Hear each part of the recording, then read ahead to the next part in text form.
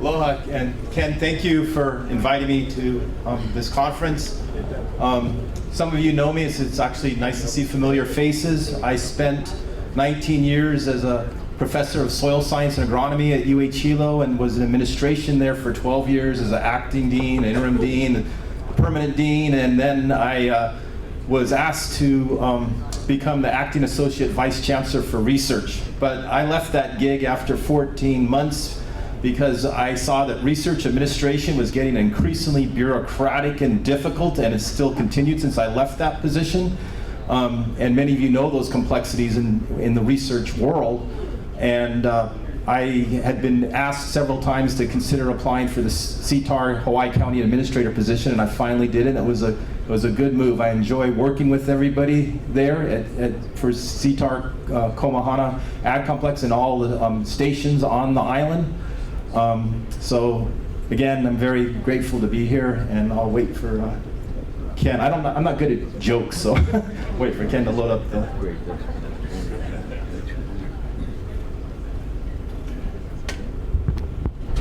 So one thing that I think most of you are familiar with is that the CTAR, the College of Tropical Agriculture and Human Resources, recently changed its name due to the dean's new dean's preference, Parwinder Graywall, to resilience at the end, College of Tropical Agriculture and Human Resilience.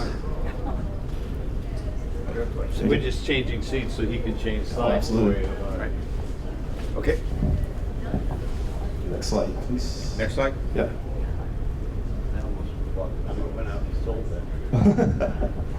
Okay. So CTAR is going through a lot of transitions right now, trying to move into supporting the current interests, the current needs of Hawaii, and looking at expanded collaborations. One of the things the new dean, Parwinder Graywall, who's actually almost 2 years in, is looking at improving community partnerships, finding new collaborators. He's excited about Hawaii Island. Every time he's here, he's very encouraged about the positivity that exists on our island in terms of agriculture and the opportunities that exist, and also addressing the challenges. People are very concerned about resilience, as is part of the college's name in terms of overcoming diseases and pests, drought, soil limitations, etc. And he's also concerned about the infrastructure for agriculture. I mean, we're always hearing about farmers that need access to county water and things because the droughts are killing them. This year has been a very dry year until just last 2 weeks. And a lot of people lost their crops or saw significant losses in yield. Next slide, please. So, as Sharon mentioned, there's a lot of interest in doubling food production. And this was a slide that Tim Cruz had used at a presentation at UH Hilo several years ago, looking at, in terms of providing a diet, it takes about 1,500 kilocalories for the human, and yet when the land acreage it takes to do that is like 3/8 of an acre on the average, excuse me, 2,500 kilocalories per capita. It takes about 3/8 of an acre to do that, yet the amount of land in the production for food crops in Hawaii is way less than that. It's like 1/5 of what's actually required. And as Sharon hit on, there's a lot of concerns with geopolitical instability, social economic instability, supply chain disruptions, climate change disruptions, and of course inputs that we import so much of the inputs that are used in agriculture. How can we replace inputs through local recycling, nutrient capture? We import all of our fertilizer nutrients for the most part. So how can we capture fertilizer nutrients from crop waste streams, even human waste streams? There's technologies out there to precipitate nutrients from sewage and animal waste and things. So looking at those technologies is part of the future as well. Next slide, please.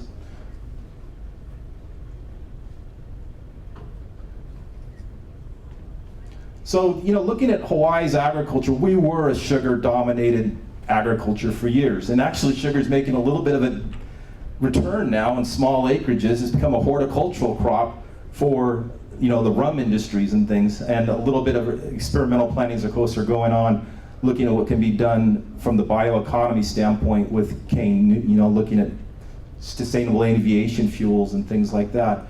You can see there that the seed industry has actually declined a bit. You know, it was a big replacement industry after cane went out. Not on this island. There was no commercial seed production going on here as far as the big seed companies.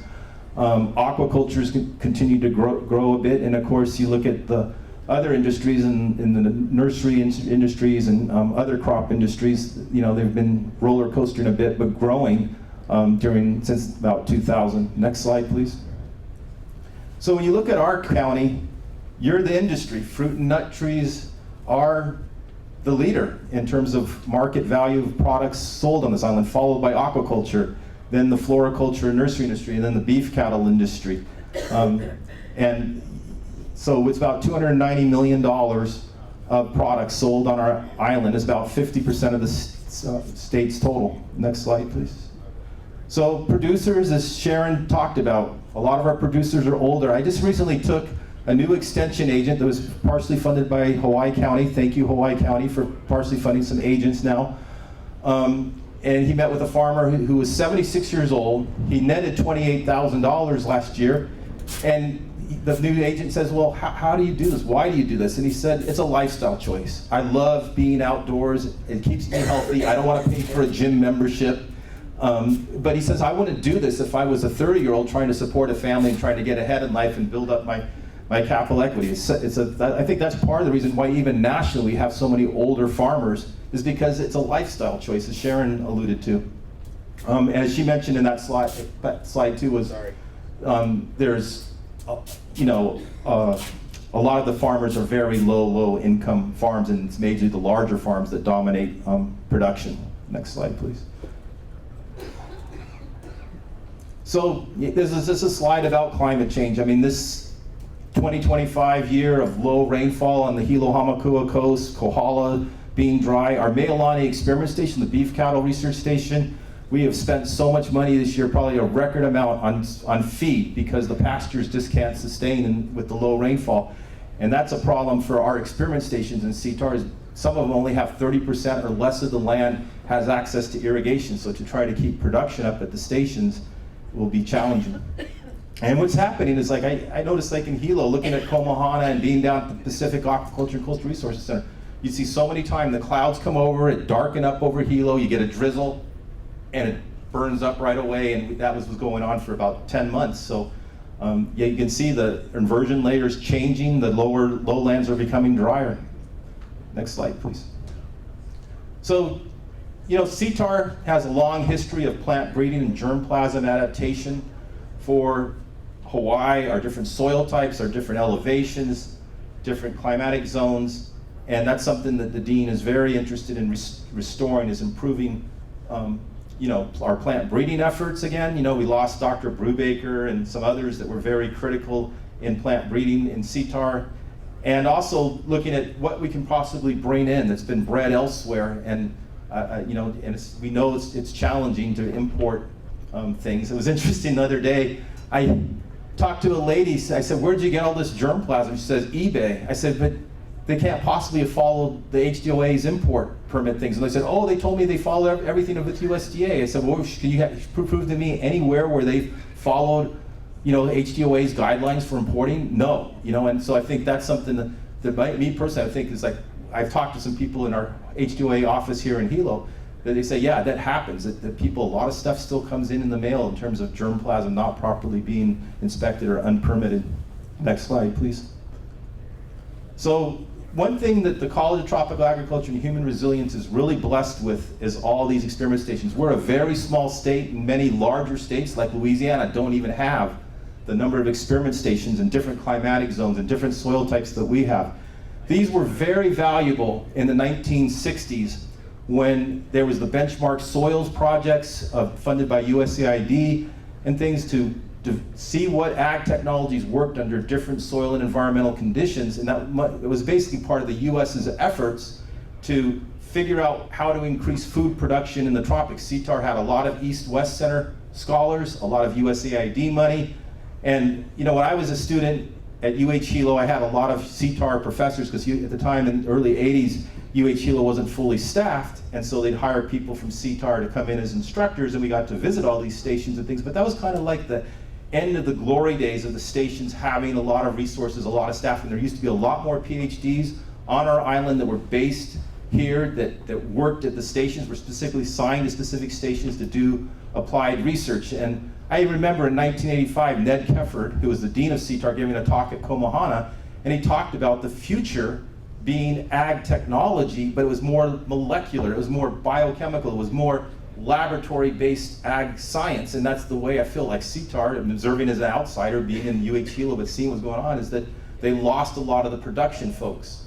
Now the new dean, Parwinder Grewal, he wants to hire faculty to be based on the neighbor islands, work and engage with the stations and engage with the community. I know some of you, I know Ken has talked to me before about the difficulties of engaging with CTAR to do collaborative projects on the stations, and so the dean is trying to work for Pathways. I've sat in some meetings and I can tell you there are challenges. I mean, there's the risk and liability things. They're saying, is there enough ADA compliance? You know, enough LUAs, et cetera, all these things. You know, well, we can't just put up a tent. We need a pavilion to host the community for conferences and workshops and things. So there's a lot of resource challenges, but the ledge is stepping up to actually help our stations, as you'll see a bit later in this presentation. And in terms of the acreage, you can see what we have is in terms of active stations. Of course, the Malamaki is under lava. The Hamakua station of this island is the road is knocked out, so you can't access the station easily except hiking in. So we do have the Volcano station with 30 acres. We just hired a new technician to be our foreman to help manage that place. Waikea is 195 acres. It has a lot of fruit trees there. USDA has a heavy presence. Komohana, which is mainly the ag complex with the building and some greenhouses, but it's not a large facility in terms of production, is 8 acres. And then we got Meilani, 196 acres. That's the beef cattle one. Lalamilo, which is in the dry side of Waimea, has 16 acres, and it's was mainly vegetable production. It's starting to revitalize a bit in that. And of course, the well-known Kona station, where a lot of the coffee work and some of the germplasm for fruit trees is still in existence. So there's 21 CARES centers. These are the College of Tropical Agriculture and Human Resilience Research and Extension Centers, stations across the islands, and there's 6 active on our island. Okay, next slide, please. So, you know, the vision again is that the CARES, the research stations, will serve as the driving forces for innovation, demonstration and implementation of new ag technologies, empowerment of farmers and entrepreneurs, engage students, help with rural community entrepreneurship, and you know, have a lot of youth and family engagement there, as well as promoting ecosystem resilience. And so, you know, he envisions that our Hawaii Island CARES team will address the urgent needs of our island's communities, that they're really going to be engaged. And he says he doesn't emphasize so much Tier 1 research publication, but local community impact is his #1 goal for the CARES centers. And of course, the things that we address are what have already been talked about so far today, is all the challenges we face. Next slide, please. So I just wanted to go through some of the things that the ledge has done for CTAR, and we thank Lorraine Rodero-Inouye and other ledge people who helped support these things. At the Kona station, there's a new lab and office building. My only complaint about that was there's no hood. They got nice chemical lab benches, but no exhaust fume hood or anything. That can go in hopefully later. Next slide, please. They got a new garage, workshop, and track loader at the CARES Center. That's the Dean Grewal to the left of me in the picture on the left. Next slide. Some of the work that's going on there, of course, the CRB is a huge issue, and I encourage everybody to, you know, eventually meet Dr. Pascal Adelor. He's a new entomologist based here in Hilo, but he goes over there to do work with CRB. And of course, it's a huge issue. His area is looking at semiochemical or chemical signaling of how do you attract these bugs so you can then trap them or kill them with chemicals. And he's got some grants in the works with that. Next slide, please. And of course, Andrea Kawabata, who's an extension agent at Kona, she's done work with other universities and USDA on looking at oil-based biopesticides. It's an increasing area of interest to how we can use natural oils as pest repellents or even as pesticidal action You know, clove oil, thyme oil, these things are showing benefits both for fungal and bacterial diseases, as well as insect repellents and pesticides that don't leave nasty residues or have really effect on pets or anything like that, that it's only seems to have a detrimental effect on the things we don't want. Next slide, please. An interesting thing that they've been doing at Kona too is the two-line spittlebug research, and they're looking at, they put the two-line spittlebugs in plant cages and look at how they feed on plants that have their silicon levels adjusted in them to different levels and see if it reduces feeding by the two-line spittlebug. To me, for at least in the case of like the grasses that the two-line spittlebug affects, yeah, you can fertilize them heavily with silica, but the higher the silica goes in the grass, the less digestible it becomes as a forage. And there's been some other areas where they've looked at palatability issues with food crops. As you increase the silica higher, that there may be some negative effects, but for ornamentals and things, they're even looking at orchids and other plants as far as adding silica to decrease insect damage. Interesting thing for me was like silica was a big deal with sugarcane industry here, and it was a big deal to add silica to improve calcium silicate to improve phosphorus availability in our soils. And then it gradually evolved over the years to looking at things about disease and pest resistance and cell wall integrity and things like that with respect to silica. So it's kind of a hot area of research again, is what does silica do in terms of plant health. Next slide, please. So at Waikea, the Waikea station, the UH Hilo was leasing a lot of the old ag buildings at Waikea station. So they were leasing it for the pharmacy school, and the pharmacy school finally got their new buildings. There was a lot of interest in renovating these former USDA buildings for Waikea Station, so labs are being renovated, greenhouses are being renovated, etc., and hopefully soon we'll have staffing for these facilities. Next slide. So these are the greenhouses. The left one was mainly for anthuriums, the other ones are open for whatever. And the next slide, please. Seed production. Okay, how much time you got? Yeah, not much. Okay. So the seed production, you know, the USDA's helped us with papaya seed production, providing adequate funding for that, because you know there wasn't anything that was stepping forward really in the private sector to provide adequate papaya seed, and also doing papaya seed breeding. Next slide, please. So the seed thing is a big thing. You know, like people in the ledger asking about, you know, CTAR's seed program, a lot of seed is out of stock. That's something that has to be reinvigorated. I was just telling the dean the other day, we need modern seed handling and processing. It's very labor intensive. There's machinery out there that can help facilitate it. We need staff to reinvigorate seed production. Next slide, please. So the things with CTAR coming forward, faculty, the fruit and nut position that was used to be held by Alyssa Cho and all of her predecessors, that's supposed to be opening up this year for a surge.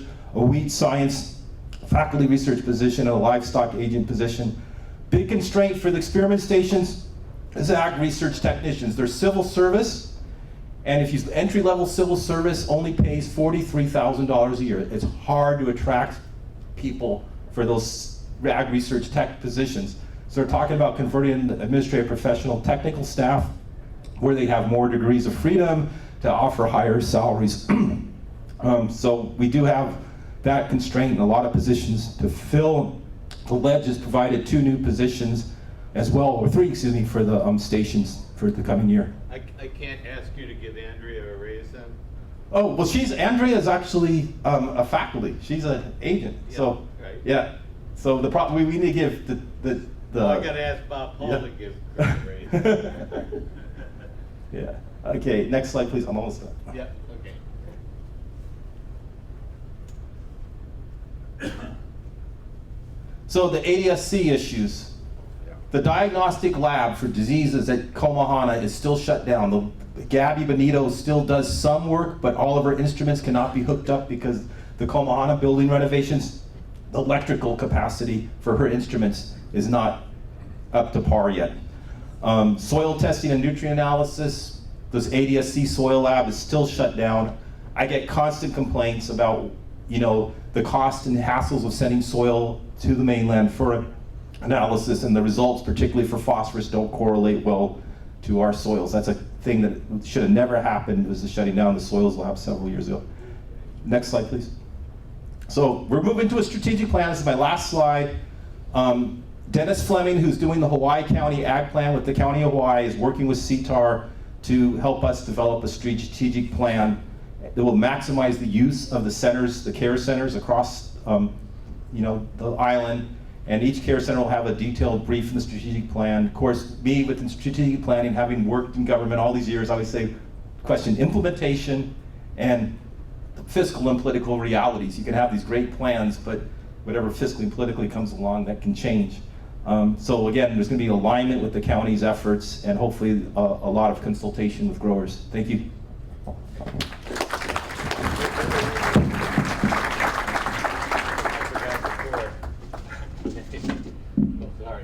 Sorry, I'm not going to kid you, but thanks a lot.